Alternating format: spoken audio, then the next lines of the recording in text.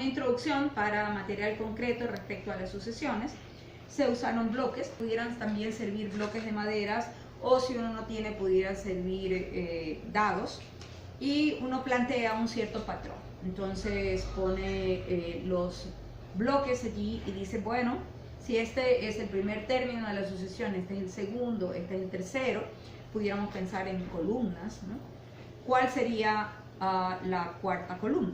Entonces se deja que las personas piensen en cuál es el patrón y comienzan a identificar, ¿no?, que la diferencia es de 2 cubos cada una.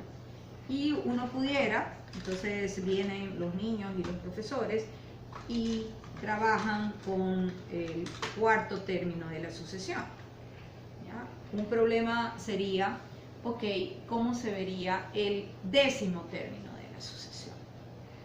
Entonces, allí viene el paso del material concreto al simbólico, que represento con números la cantidad de cubos o la altura de la columna. Entonces, esta es altura 1, esta es altura 3, esta es altura 5, esta es altura 7.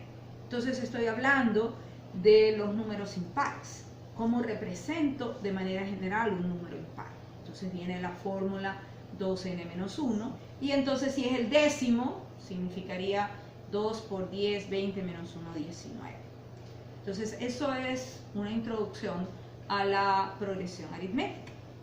Pero si yo quiero seguir manipulando y trabajar con la progresión geométrica, entonces yo digo, ok, ¿qué tal si ahora voy a sumar los cubos para llegar a tener, por ejemplo, este sería el primero, porque solamente tengo el primer término, pero en el segundo yo tendría la suma de 3 más 1, que lo puedo representar ahora así. Es decir, aquí están los términos de la sucesión original, y aquí estoy ordenando lo que representaría la suma.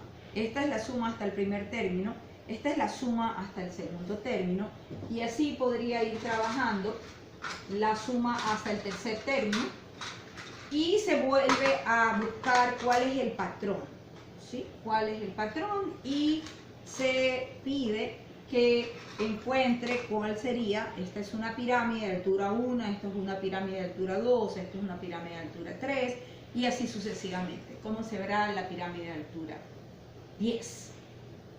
Y de nuevo, después de pasar del material concreto a los números, si a mí me preocupa la cantidad de cubos que yo necesito para construir, aquí tengo 1, aquí tengo 3 más 1, 4. Pero 4 es un número interesante, es un número cuadrado que yo lo puedo visualizar así. Efectivamente, son 4. Y acá tengo 1 más 3 más 5, que 1 más 3 más 5, de nuevo es un número interesante, es 9, que es un número cuadrado. Entonces yo puedo decir, este es el que le falta aquí, y este es el que le falta acá, y veo que es 3 por 3. Entonces yo puedo entender ahora y pronosticar que la pirámide de altura 10 va a necesitar 10 por 10 cubos. Ahora, todo esto permite pasar de lo concreto a lo abstracto.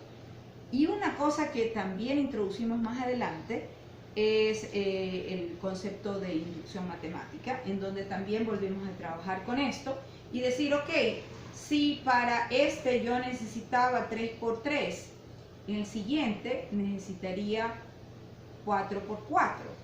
Pero eso es sumarle el siguiente impar. El impar que tenía como base aquí era 5. Y el siguiente impar era 7. Entonces, ok, yo 7 lo puedo concebir como 3 más 3 más 1. Y el siguiente impar, entonces pongo aquí 4 más 4 más 1, 9. Y eso me permite también trabajar un poco con la inducción.